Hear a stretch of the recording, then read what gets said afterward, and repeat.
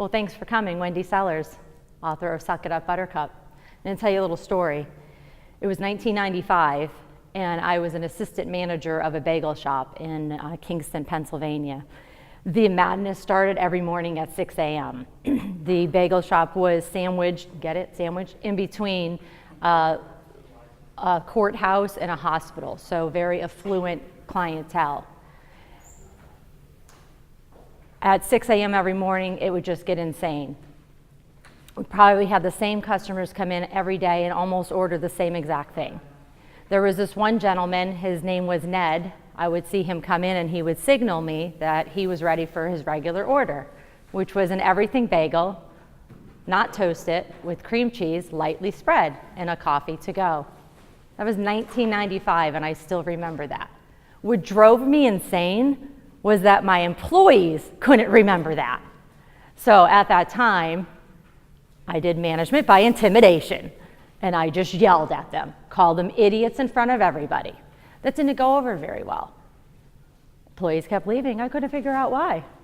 Turns out I was part of the problem. So I wrote a book on it. That's just not even the worst of it. I learned a lot over 15, 20 years. It took me a long time. The only thing that got me to change was because I had a leader, a mentor, who took interest in me and didn't put me on the defense. So I was able to, over a long period of time, change into a leader that people will follow. Have you ever wanted to say to your leader, you might be part of the problem? Every day. Today we're going to gather your guts so that you can say that without calling them an asshole leader. You do that behind the scenes. They don't really like that. So we're going to do that today by using the DISC personality styles. Anybody ever heard of that? The DISC personality? DISC? Yeah, it's a derivative of Myers-Briggs. But instead of getting into all that, we don't have all day. We only have 35 minutes. We're going to use cars as an example. So ready for this? Put on your seatbelt. These are the three things that we want them to know. Your personality annoys us. Common sense isn't common, and you suck at communicating. They don't like when you say it this way either. Personality styles, do they matter? We can't all just be robots, right? Even if we're building robots, we need humans to program them. And you get more than one human in the room and you got a problem. You got some kind of communication problem. So regarding the cars, the first personality style is the BMW. Fast-paced, dominant, all the bells and whistles inside, so they can multitask while driving. And they don't give a damn about your feelings. They're very task-oriented. If you have a BMW, doesn't mean you're this. The next personality style is the Porsche, or the DISC, or the I in the DISC personality style, which is influential. Also fast-paced, but very people-oriented. They want to be the center of attention. They talk fast, they're energetic. Guess what else Porsches do? They go off track. Oh, look, a squirrel.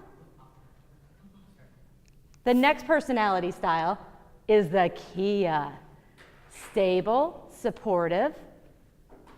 They have all the snacks in the car, and they don't want to hurt anybody's feelings. And then the final personality style is the Toyota Prius. Cautious. They spent months researching this car. They read the car manual, and they made corrections to it. And they need a very long time to get where they're going. Does that sound familiar? Here are some quick tips for dealing with these personality styles or these cars. But keep in mind before we get there that we're all hybrids. We all have a little of these personality styles in us. Usually one of them is dominant. And do we need to change? No, we don't need to change. We just need to understand other people's personality styles, so maybe we could change in that moment in how we react to it. So if you're dealing with a D, the BMWs that I mentioned, fast-paced, make sure that you're using bullet points and solutions. Don't just bring them problems, bring them solutions. and know that they're probably not going to read the 40-page report that you're giving them. They're going to say, okay, here are the 3 solutions you brought me. If I trust you, which one do you want me to choose? And then they're going to do that. If you are one of the other personality styles, especially a C, you're going to be very upset that they didn't read your 40-page report. Just know that they trust you and they're going forward. Also, very, very short windows. So make sure it's bullet points. You have to get through the day very quickly with them. They don't like drama. The other personality style that is fast-paced, which is the I or the Porsche, they like inspiration and praise. No negativity. If you're coming at them with negativity, they're going to run in the other direction, or they're just going to avoid you. That's the Porsche, yep. They're very people-oriented. Excuse me. The S personality style, which is the Kia, again, stable and supportive, they want support and direction. Remember, they don't want to hurt anybody's feelings, so don't put them in the position that they have to choose between you and another person, or your solution and another person's solution. You're going to have to work at it a much different way. They don't want to hurt anybody. They are very focused on emotions and relationships. Not that they're not focused on tasks, but emotions and relationships first. And then the other personality style, the Toyota Prius, lots of details. They will read your 40-page report. They are not going to actually talk to you about a solution unless there is a 40-page report. So they want a lot of facts. They don't want assumptions, they want details. And they also need a lot of time to make that decision. And so you can't rush them through making a decision. The 2 at the bottom are much more slower paced than the 2 at the top. Very methodical in their decision making. The 2 on the right-hand side are emotions and relationships, and the 2 on the left-hand side are tasks and facts as a priority. It's not that they don't care about your feelings, it's just the tasks and the facts are first. Does that make sense? So just keep that in mind when you're dealing with your leaders, your kids, your neighbors, your in-laws, however this helps you with. Well, I have on my website free acting lessons. They're also in my book, Suck It Up, Buttercup. But if you go to thehrlady.com and downloads, there's a free acting lesson. It's the last chapter in my book. And what it is basically to change your personality style just for 15 minutes a day for 20 working days. Focus on improving a relationship with one person in your workplace that you're having a difficult time with. And it's very important that for the D's and the C's as well. The D's and the C's, so the Beamers and the Priuses, are the most difficult personality styles to change. The D's, the BMWs, just are, always think they're right and it's my way or the highway. The C's actually are right. So they're the ones that are most difficult to adapt to people's emotions because they're not emotion driven. Okay, moving on. Common sense isn't common. Do you agree with that? I'm sure you may have even said it today. That person has no common sense. So what I really want to talk about is the fact that, common sense is not a sense at all. It's actually a set of skills. It's a set of skills that has been passed down, not through osmosis, but through education, through skills, maybe through your parents, your grandparents, your neighbors, your community leaders, your coworkers, your managers. And there are many skills that are just outdated. And so one generation may say, I cannot believe they don't know how to do cursive handwriting. Well, they're not teaching that in most schools anymore. So that doesn't mean a child doesn't have any common sense. It just means they didn't learn that skill. So what I would ask you is next time you find yourself with the judgment, or hopefully not going to say it out loud, but inside your head that person has no common sense, that you step away from that situation and say, you know what, I can help this person and teach them this skill in 5 minutes, or find somebody else that can. I'll tell you a story of where this really dawned on me, because I would say common sense is not common all the time. I was at an HR conference here in Orlando, 10, 15 years ago, and the benefits brokers would take you out to dinner, to schmooze you and everything. And so there was a group of us. I didn't really know anybody there. There was probably about 10 of us. And I didn't, at that time, if you go out to dinner, maybe you don't know this, but you're going out to a business dinner and the food is served, you don't start eating until everybody's dinner gets there, or lunch, or whatever. At home, we kind of, whatever, we just kind of do it, right? But in a business setting, that's how it works. So there's 10 of us, 8 dinners arrive, 2 do not. A younger individual next to me starts eating. And so I'm in my head, oh, this person has no common sense. What do I do? So I actually didn't say anything, thank God. But I just kind of made a joke to the other 2 individuals who are missing their meals, said, hey, what the heck did you guys order that your food's not here yet? So of course that prompted them to say, oh no, go ahead, everybody start eating, you don't wait for us.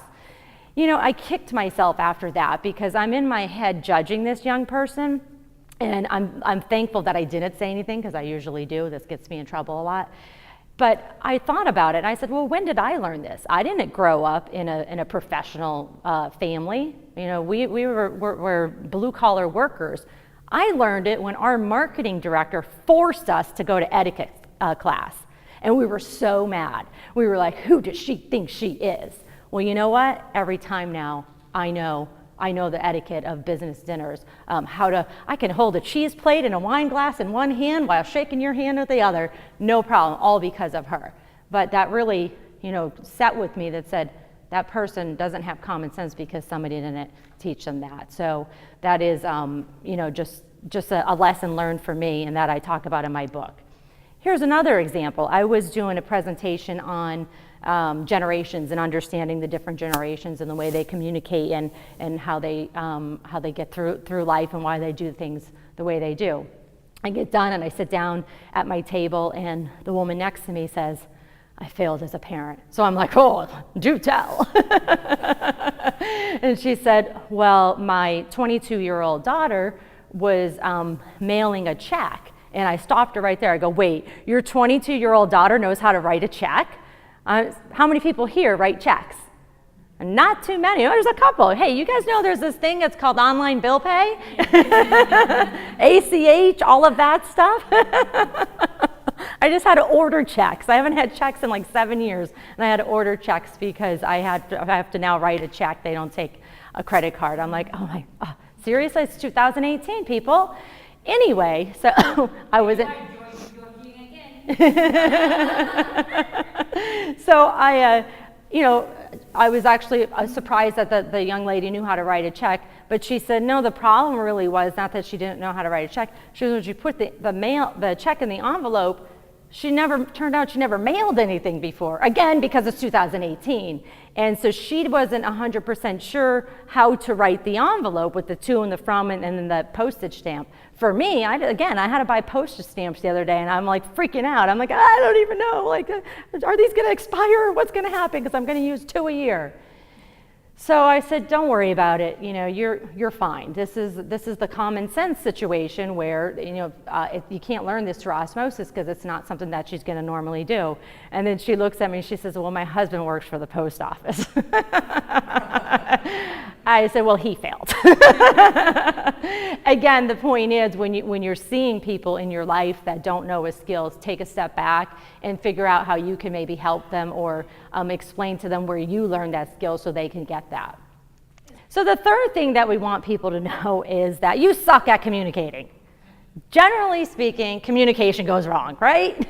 Again, you have 2 human beings, something's probably going to go wrong, especially if it's not face-to-face communication, because there's body language and emotions and tone and intent and audience, who's here, who's not here, what did I mean to say, what actually came out, is there a language barrier? So there's so many things that go into communication, but today I want to focus on one thing, which is listening. We're going to shut up and listen. So we're going to play a little game, okay? And so what we're going to do is everything I say, you're going to say yes and, okay? What are you going to say? Okay. We are going to all go out into the parking lot and get on an air-conditioned bus. The air-conditioned bus is going to have mimosas, and we are going to drink them on the way to a beautiful farm. Yes, and when we get off the bus at the beautiful farm, we are going to milk a black and white cow using our common sense set of skills. Yes, and we're going to get back on the bus and drink the rest of the mimosas and have a grand old time. Yes, And then we're going to probably post hilarious pictures on social media. Yes. And now we can stop saying yes and. Except for the key is you have to start saying no. What was the third thing I said? What was the third thing I said? No, we're going to go down the bus and drinking them up. I think they're drunk. The third thing I said, we're going to get off the bus and milk a black and white cow. Would it help if I asked you to take notes? Would it have helped if there wasn't people laughing and saying yes and at different times because we can't sync? It's about listening. We don't listen, right? Sometimes, for some people, if you are taking notes, it's actually hard to listen. So maybe you're not the scribe for that meeting. For other people, when they're upset, they talk a lot and then you get overwhelmed with information. I challenge you to grab a pen when that happens and start writing things down, even if they're just key words, so that you can summarize and say, okay, this is what I've heard, is that right? And so it's very important to have that pen in your hand. The other thing that I would also challenge you to do is remove distractions, such as in our acting situation, the open office space. What has that caused? That has caused us to use earphones. And so we blocked the distraction. So we're right back where we started, except for now we have cheaper retail space. But we're right back where we started because we have earphones in. So I challenge you to take out the earphones occasionally and listen to what's going around you and communicate. People pick on the younger folks because they always have earphones in, but it's kind of us that started it all, right? And so make sure that you are removing distractions. What's another popular distraction? Some of you have a cell phone in front of you. Social media, news coming in, email. If you're having a conversation with somebody, you want to make sure that they're listening to you, and you should be doing the same thing. So what I like to do is use that little airplane button and turn the Wi-Fi off. Just for 5 minutes, you're going to survive. It's going to be okay. So that the distractions aren't coming in, and the Facebook posts aren't coming in, or LinkedIn, or CNN News, or whatever. Same thing with your laptop. If you're bringing your laptop into a meeting to take notes, turn off the Wi-Fi. Because what happens is you start reading emails and you stop listening. This also happens on conference calls when no one can see that we're multitasking, and then they get to your name and you're like, huh? I have no clue what was just happening. So, shut up and listen. That's basically what it means. So why don't people want to consider changing? They're used to their ways. It could be change is hard. I think they don't look at themselves. Right. They don't look at themselves in the mirror. The reflection. Exactly. We might look at other people, but we don't look at our own actions and how Right. we're displaying ourselves. You know, a lot of people say, oh, it's ego, but they just may not even realize that they're part of the problem, and they may not know what the solution is. So that's where you come in, and that's where you learn how to talk to your leader depending on their car or personality style, and say, I have to approach this conversation in a different way than my comfort zone so that I can help them change. I love that you guys are reflecting. And this is the thing, again, going back to the judgment and the common sense, not everybody is hearing this information. And so it's not that they're not wanting to reflect, they just didn't even know there was a problem.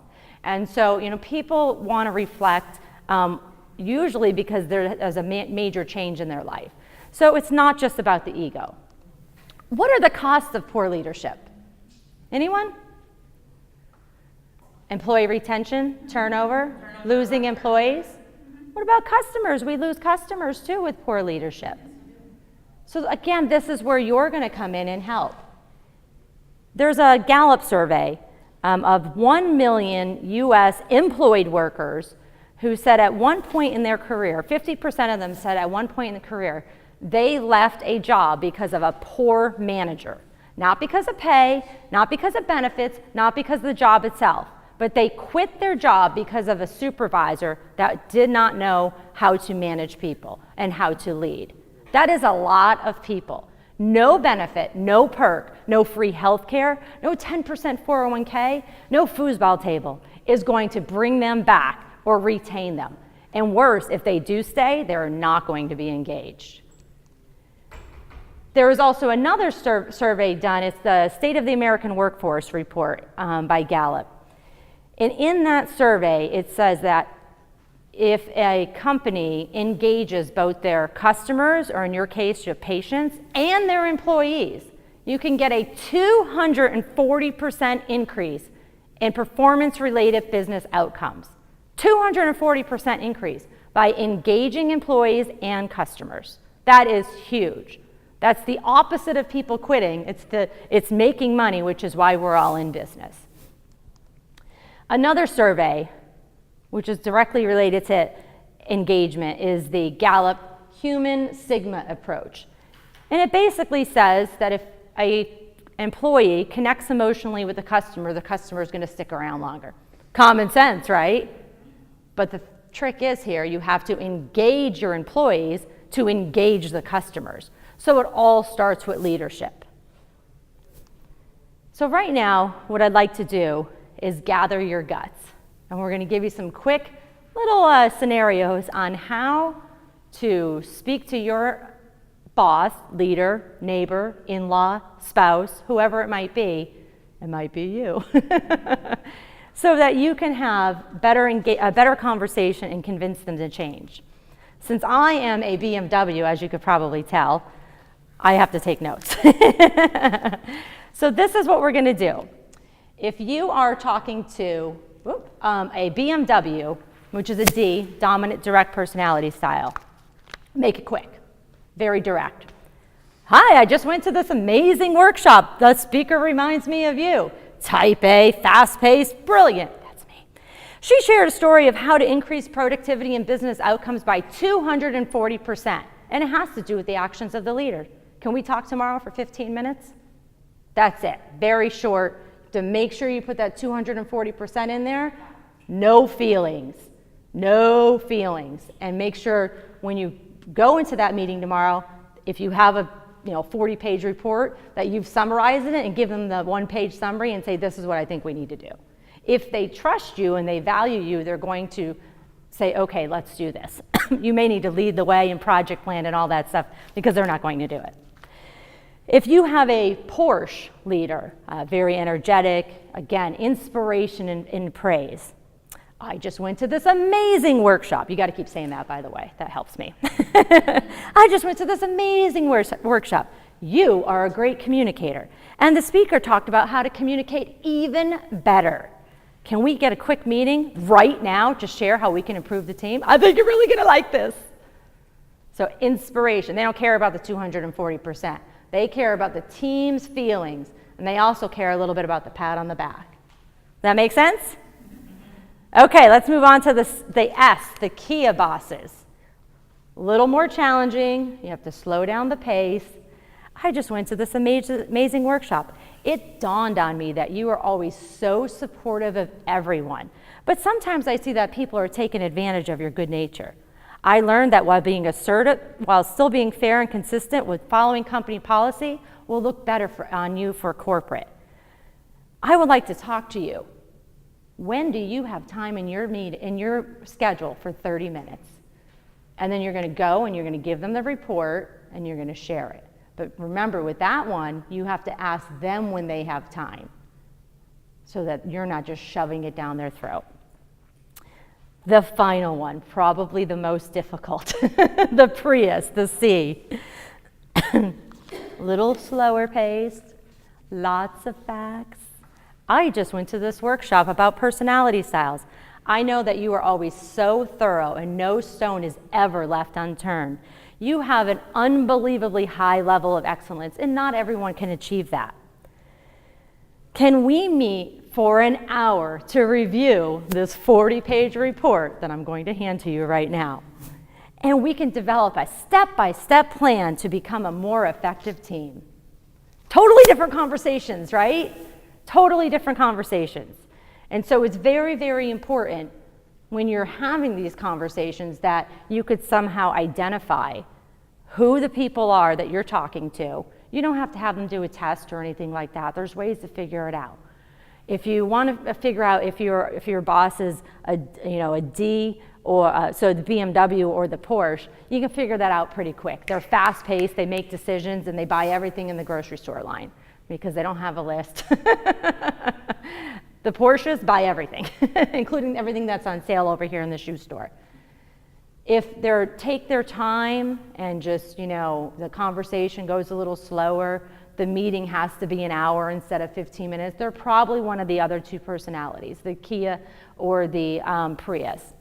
If they're asking you about your feelings, your weekend, your kid's birthday party, they're probably on the people side. If they get right to the point and start the meeting right away with the agenda items, they're probably on the task side. It doesn't mean that the people side doesn't like the task, and it doesn't mean that the task side don't like people. It's just that's not their priority. If you can just figure that out, don't even worry about the D, the I, the S, the C. Fast, slower, people, task. That's all you need to know. And you just need to change your personality for 15 minutes so that you can get what you want. And it works with customers and patients too. So I challenge you to suck it up, Buttercup, and gather your guts. Thank you.